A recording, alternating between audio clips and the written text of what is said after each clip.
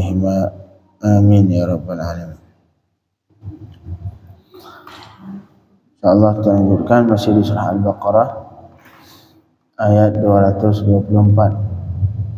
Idh qala Allah Ta'ala a'udzu billahi minasy syaithanir rajim. Bismillahirrahmanirrahim. La yu'akhidhukumullahu billaghwi fi aymanikum walakin yu'akhidhukum bima qasabat qulubukum wallahu ghafurun halim. La yu'akhidhukumullahu billaghwi fi aymanikum walakin yu'akhidhukum bima kasabat qulubukum wallahu ghafurun halim. La yu'akhidhukumullahu billaghwi, Allah tidak menyiksa. Akhadha yu'akhidhu, yang menyiksa, mengiqab, yang menyiksa oleh Allah akan kalian, akan kamu semua oleh Allah dengan sebab laghu fi aymanikum, laghu yang terdapat di dalam sumpah-sumpah kalian. Ini ada namanya dalam istilah fikih yaminul laghu. Yaminul lagwi, artinya sumpah yang sia-sia, sumpah yang laghu. Ada sebuah pembahasan dalam kitab fikih, sumpah al-laghi. Arti sumpah yang laghu adalah ma wa huwa ma yasbiqu ilaihi lisan min ghairi qasdil halif, yaitu perkataan yang keluar dari mulut tanpa disengaja. Biasanya orang Arab sering dikit-dikit wallah, sumpah.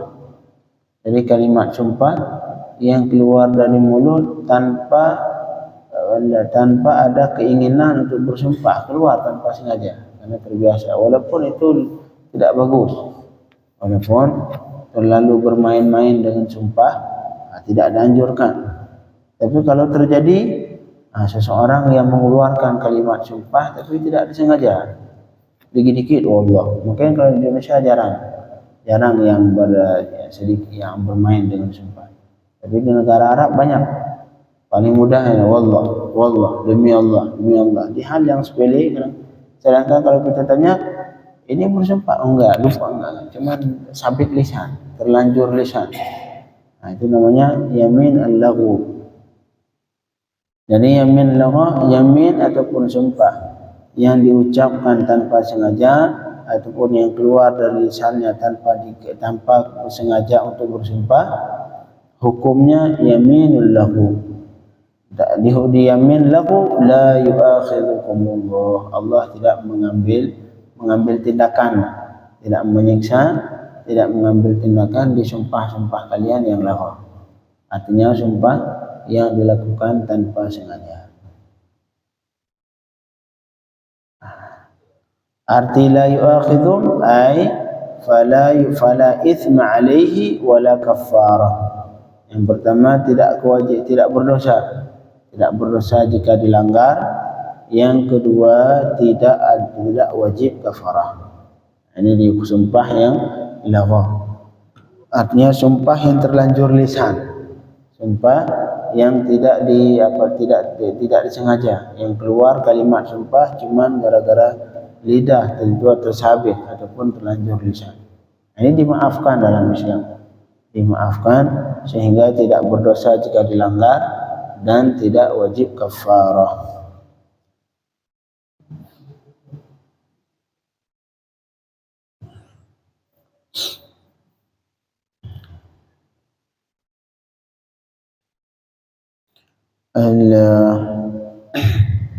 Walakin yu'akhidhukum bima kasabat qulubukum, akan tetapi Allah menyiksa kalian dengan apa yang diusaha oleh hati kalian. Artinya apa yang diinginkan oleh hati kalian.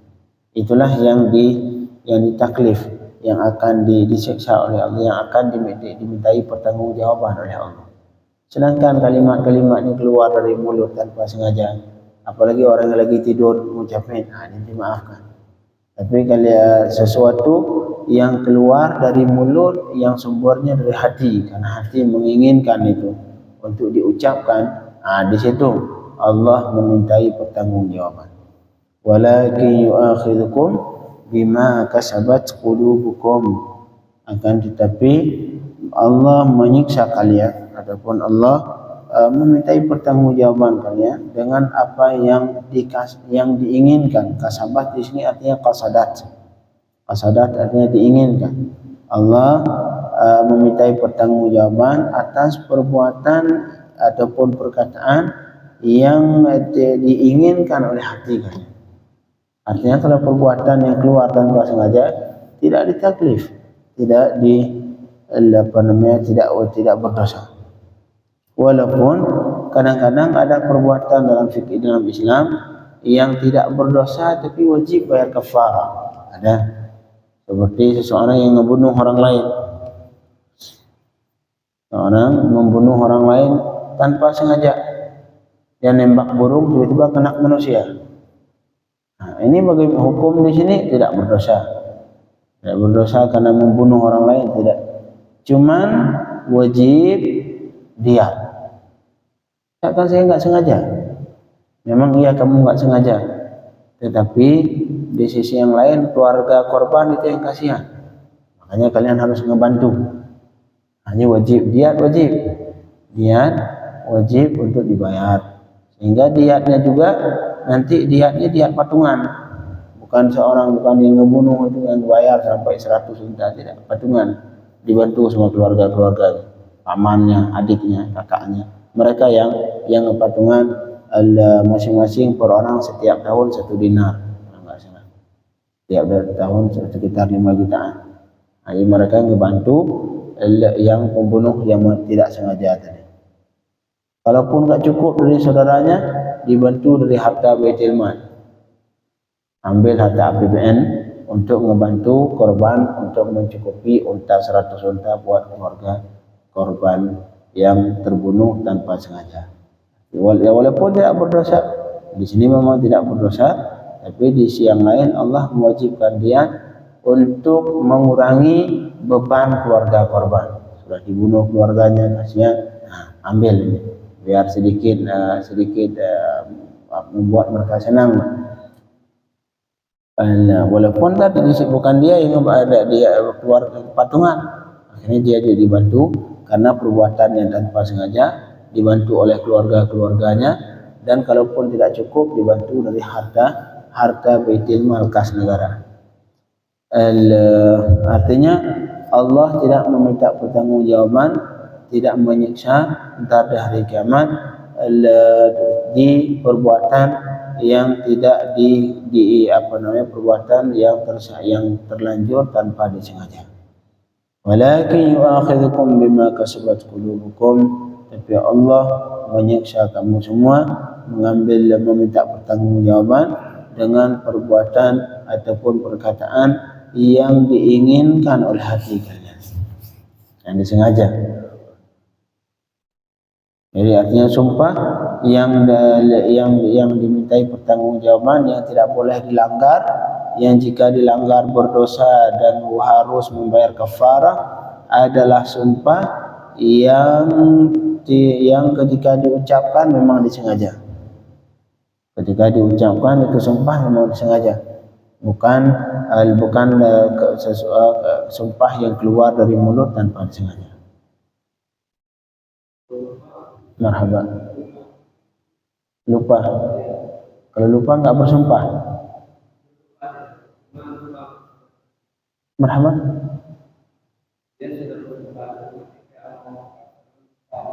Oh, itu sama. Misalkan kita sudah bersumpah. Enggak ngomong sama Pak Effendi, kesel benar sama Pak Effendi. Sehingga saya bersumpah demi Allah enggak ngobrol lagi sama Pak Effendi. Tiba-tiba besok enggak tahu Pak Effendi bikin baju. Akhirnya ngobrol lagi, kita enggak ingat sumpah, bayar kafarah itu. Kafarah. harus bayar kafar, walaupun mungkin tidak berdosa. Yang kafarat bayar kafar, karena ketika bersumpah, sumpahnya sumpah yang diakui, dikarenakan sumpah yang kita ucapkan sumpah dari yang kita sengaja. Ini yang maksud di sini, ketika seseorang mengucapkan kata-kata sumpah tanpa sengaja. Nah, ini dimaafkan. Orang Arab mesti sering dikit-dikit wallah, dikit-dikit wallah. Nah, ini dimaafkan karena itu sesuatu yang tidak disengaja.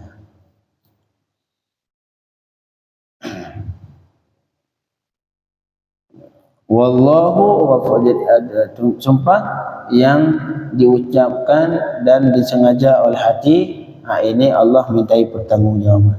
Sehingga kalau dilanggar, hukumnya yang pertama berdosa, yang kedua wajib bayar kafarah. Sekali lagi, kafarah 10 memberi makan 10 orang miskin, setiap orang miskin 1 mud. Nah, 1 mud sekitar mungkin 8 ataupun 9 ounce, sekilo lah, sekitar 10 kilo.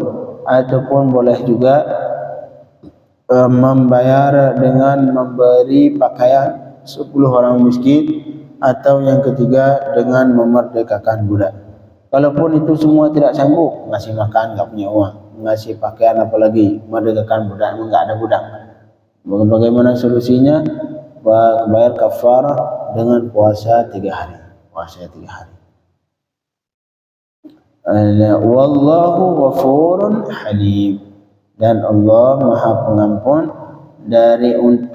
Maha Pengampun untuk semua sumpah yang kalian ucapkan tanpa disengaja. Halim, Allah Maha Halim. Dengan Halim ini kalau bahasa kita penyantun, nggak diiqab di hari ini, nggak marah, nggak cepat marah. Halim,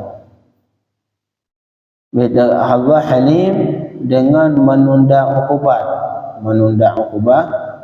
terhadap orang yang sudah berhak untuk diiqab, ditunda dulu sampai dia bertobat. Makanya Allah Subhanahu wa taala, misalkan kita maksiat, coba kalau kita manusia, kita punya karyawan misalnya, sekali salah langsung saat itu langsung kamu ini, itu kalau manusia bawahan. Tapi kita terhadap Allah sehari 50 kali maksiat, nggak pernah diiqab oleh Allah, padahal sama lebih, semua hidup kita ditanggung sama Allah. Tapi kalau kita ke karyawan sekali saja salah, itu di tiap seharian diomelin, kamu ini sekali salah dalam sehari sekali saja. Kita dari subuh pas bangun sudah maksiat ke Allah sampai tidur lagi maksiat ke Allah, tidak pernah Allah katakan kamu ini. Halim, Allah Halim dengan Al-Halim karena Allah menunda ukubat ataupun menunda disiksa untuk orang yang seharusnya sudah berhak disiksa, ditunda oleh Allah sampai dia bertobat. Maka seorang yang sempat bertobat sebelum meninggal masih diterima taubatnya oleh Allah Subhanahu wa taala.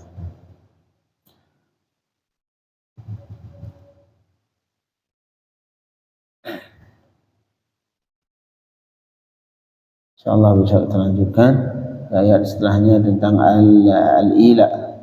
Al-ila artinya seseorang yang bersumpah untuk tidak menyetubuhi istri. Ini bahaya. Ini orang Arab sering bersumpah, demi Allah saya tidak menyetubuhi istri. Bagaimana itu solusinya? Arab, marhaba. Ini namanya dalam bahasa fikih ila. Ila artinya seorang lelaki yang bersumpah untuk tidak menyetubuhi istrinya. Marhaba. Insyaallah besok. Karena ini besok kita bicarakan. Besoknya lagi. Malam Sabtu insyaallah.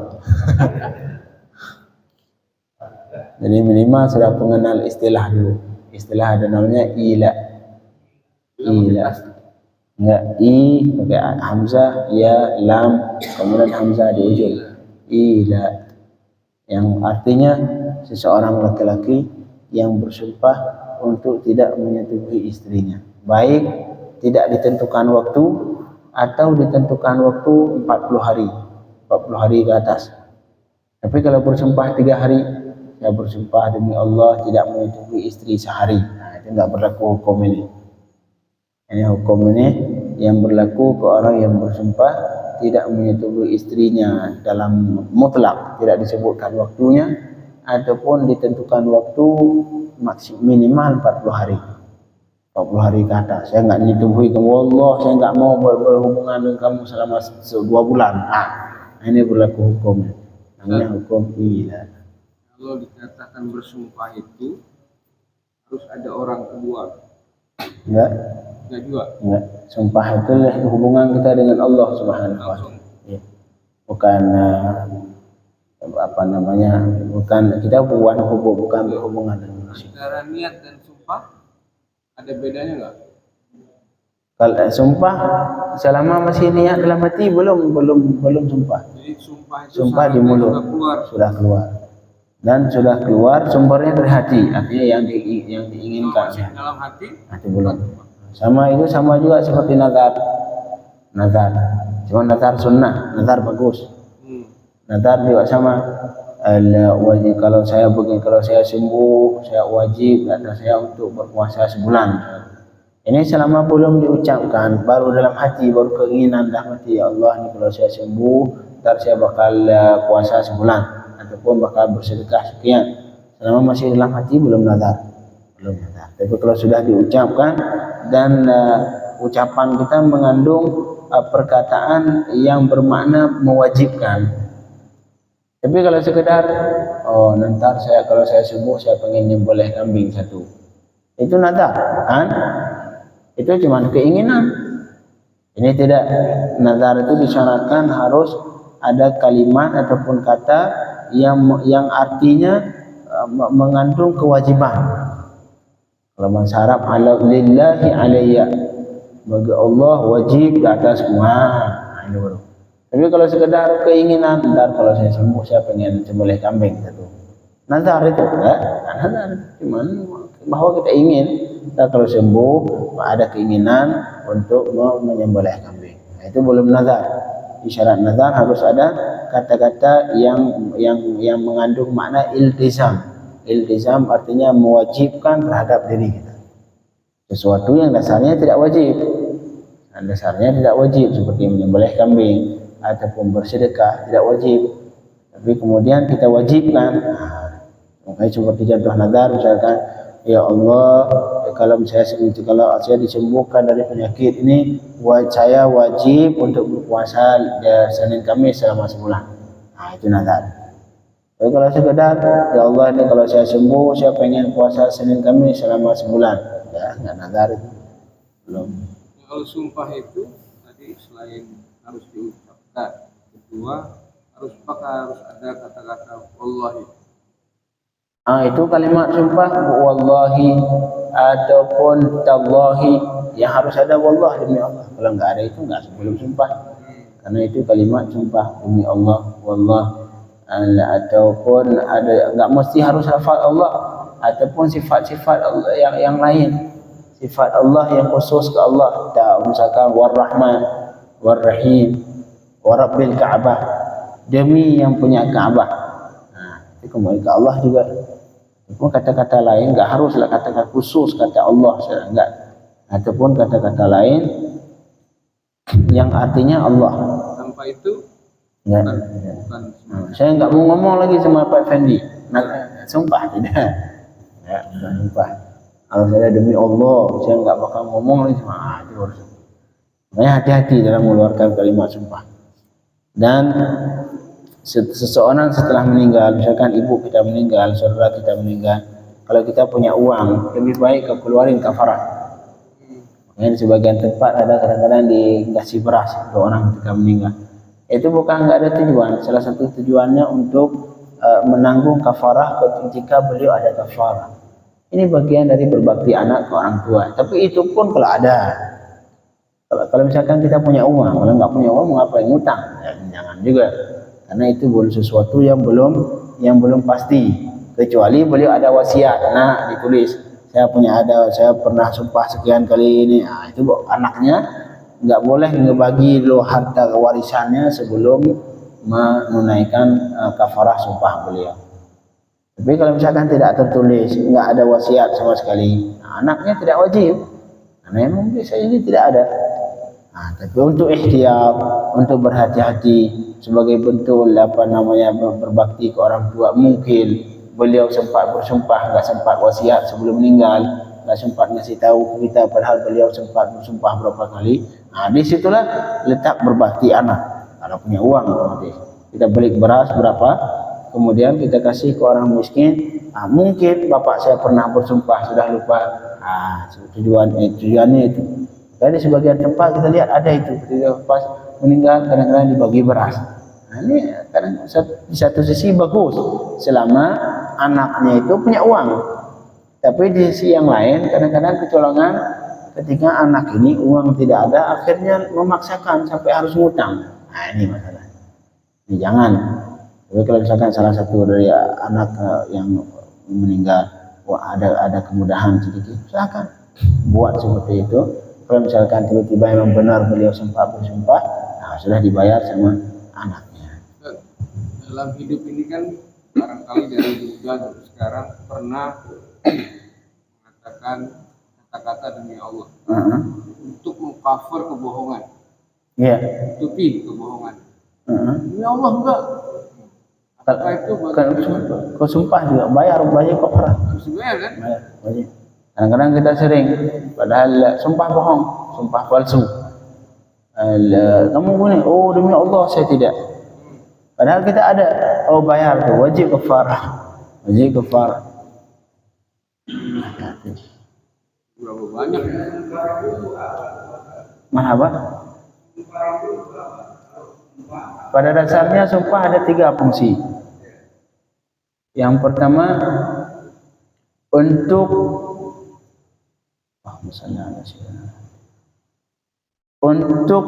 menahan diri dari suatu, menahan diri kita dari melakukan suatu. Jika wallahi saya bersumpah nggak mau makan hari ini, ataupun saya nggak mau bicara lagi sama si fulan. Itu yang tujuan sumpah, untuk tidak melakukan. Enggak, sumpah enggak ada pahala. Sumpah bukan ibadah.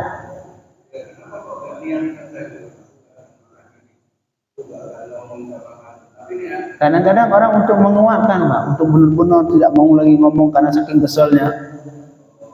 Nah itu untuk takkid, deklarasi. Iya.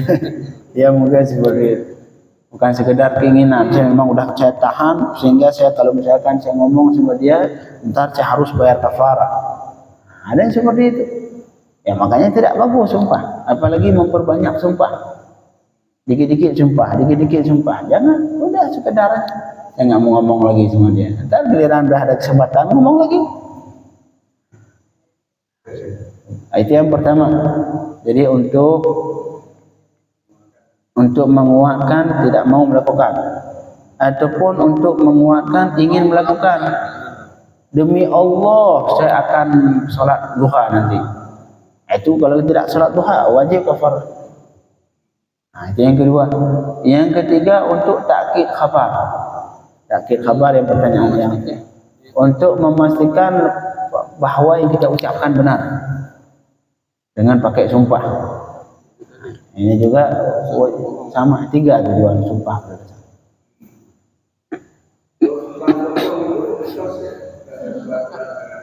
Sumpah pocong.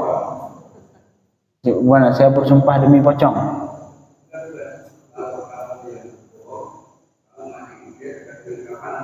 Oh enggak. Dalam Islam itu ada mubahalah, mungkin hampir sama seperti itu. Kalau kamu berbohong, kamu dilaknat ya Allah. Kalau saya berbohong, saya dilaknat. Mubahalah ada dalam Al-Quran kan? Ada. Nah, ada mubahalah. Ya, Enggak, itu sumpah pocong ada di Al-Quran. Soalnya di Al-Quran enggak ada pocong. Ada pocong. Pocong itu juga setan. iya, coba. Enggak ada itu. Melaknat keluarganya. Soalnya sebenarnya pocong itu sesuatu yang tidak ada, hakikatnya tidak ada sebenarnya. Itu cuma waham manusia doang, karena pengaruh film horor. Sumpah agak menarik Ustaz pembahasannya. Tadi kan banyak demi Allah, ada juga demi Rasulullah, itu boleh dikategorikan. Kalau demi Rasulullah itu jangan, karena sumpah ini dikhususkan ke Allah Subhanahu wa Ta'ala. Jangan dipakai ke tempat lain. Dan wallahi wallahu alam kayaknya enggak sah sumpah kalau udah ke zat yang lain selain Allah atau sifat Allah. Misalkan demi masjid, demi masjid ataupun demi Al-Quran, demi masjid enggak sah sumpah. Yang disumpah seperti itu harus ada lafaz yang bermakna Allah. Enggak harus lafaz Allah, Ar-Rahman juga sama, Rahman, Al-Ghaffar.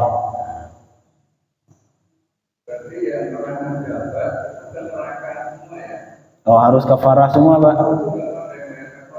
Ini nyindir atau bukan ya?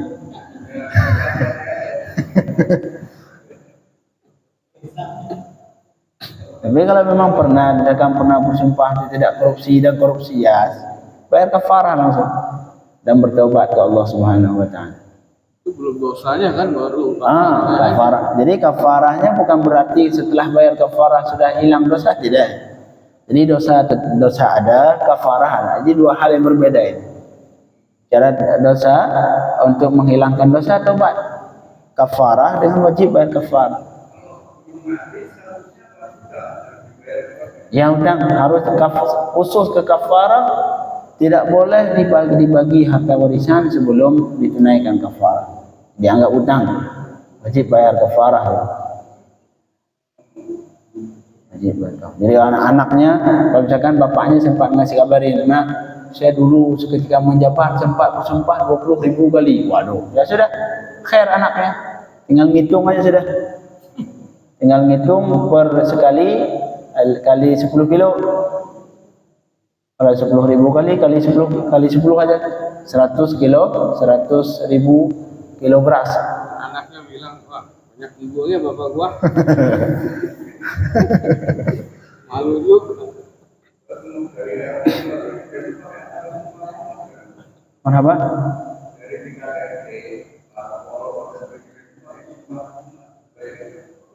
Ya sebenarnya tujuannya bagus, tujuan dari sumpah bagus. Cuman sekarang dari kita tidak, kalimat Allah itu bagi kita itu sudah nggak ada harga lagi. Padahal itu sumpah. Kenapa sumpah pakai lafaz Allah? Karena bagi orang Islam seharusnya lafaz Allah itu adalah kalimat yang paling agung. Dia tidak mau mempermainkan lafaz Allah sama sekali. Makanya berlaku sumpah.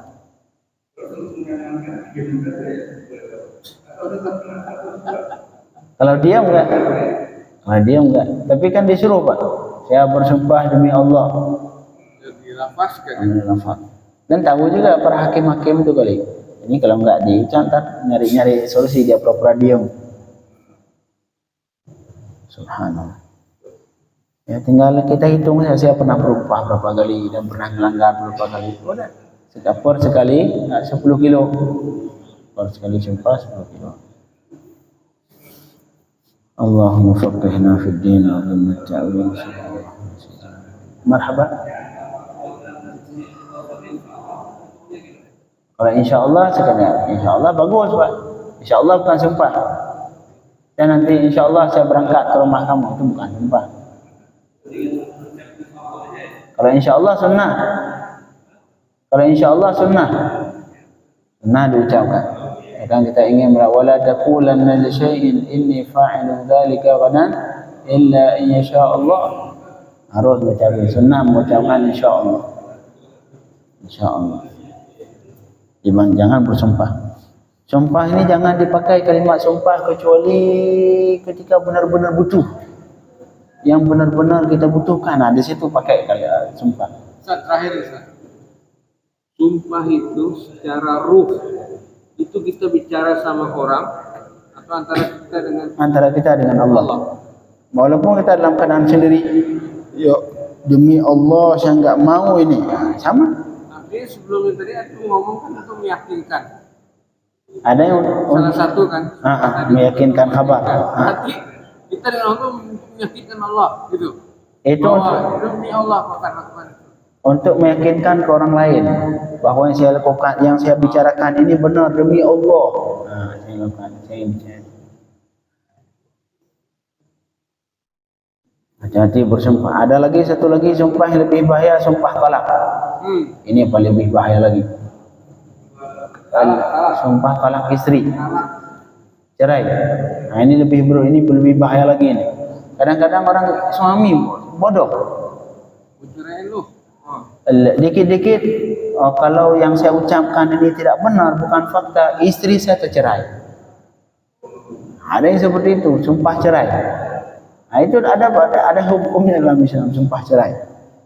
Nah, jangan main-main sumpah dikit-dikit cerai. Makanya saya punya syekh itu di sana di Yaman, kata beliau, silahkan kamu ucapkan apa saja dengan mulut kalian, tapi jangan sampai keluar kalimat talak di mulut kalian.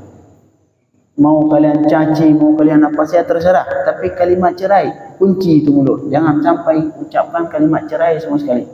Cerai, talak, apalagi yang ngandung itu semua. Kalian kunci itu mulut kalian. Jangan dikit-dikit cerai, dikit-dikit cerai, dikit. Lagi duduk sama kawan cerai istri. Ngapain istri di rumah kita hubungan? Tapi ya banyak aja suami bodoh. Selesai ngecerai, udah cerai talak 3, talak 4, talak 10, udah kan ke kiai. Ustaz, ini saya bagaimana Ustaz? Tadi pas duduk sama kawan tiba-tiba saya cerai istri, talak 10. Sekarang nyari solusi. Ustaz, ada nggak celah supaya saya bisa balik lagi? Astaga. Nggak ada celah. Kalau cerai 3, talak 3, solusinya satu dong. Yang pertama itu istri tunggu habis masa iddah dulu, kemudian dia nikah sama orang lain dulu, dan disutubuhi sama orang lain dulu, kemudian dicerai sama dia, tunggu masa iddah, baru kamu nikah lagi. Nah, silahkan. Kalau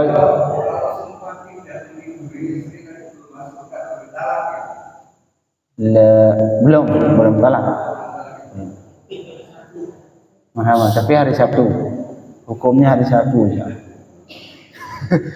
Ini saya udah sepakat sama Pak Zulfa hari Sabtu. Kadang-kadang kan orang ngomong cerai biasa, kita di lingkungan ya komunitas kita dulu, saya kecil, kadang-kadang suka ribut, percayain loh, ribut aja. Nah itu gimana? Ada kata-kata. Makanya itu sebenarnya kita suami ini harus benar-benar menjaga lidah dari kalimat cerai. Bercanda atau kesel gitu. Soalnya cerai ini nggak ada canda. Thalathun jadduhunna jidduhunna jiddun wa hazluhunna jiddun. Ada 3 hal yang benar-benarnya dianggap benar-benar dan main-mainnya dianggap benar. Yang pertama nikah, yang kedua cerai. Jadi yang main-main. Jadi kalimat cerai ini kalimat yang wajib dijauhi dari semua muslim yang laki-laki. Jangan dikit-dikit kamu cek kalau saya cerai. Kalau kata Syekh kami di sana, kamu apa saja yang kamu ucapkan ke istri silahkan. Pokoknya jangan satu aja, cerai. Jangan main-main di kalimat cerai sama sekali. Ikut marhaba. Itu enggak. Itu bagus. Tapi bentar malam udah kunci pintu dalam kamu udah duduk di luar. Tapi itu enggak. Kata-kata cerai. Ya. Kalau itu jadi gimana? Harus ditalak atau dia baru sadar gitu? Ini jadi kan antara kata-kata dan kesadaran tuh nggak nyambung. Ya, karena emosi. Kalau sesuatu keputusan dari mulut itu di driving karena emosi gimana? Sama, tetap sah. Tetap aja. Jatuh talak. Orang yang nggak talak istri kalau nggak marah, mungkin orang lagi tidur sama istri senang-senang talak, nggak mungkin. Orang terjadi perceraian karena marah. karena lagi emosi, bagus hari itu keluar kalimat cerai. Coba kalau lagi enak-enak lagi wisata sama istri luar negeri, keluar kalimat cerai tak mungkin. Allah.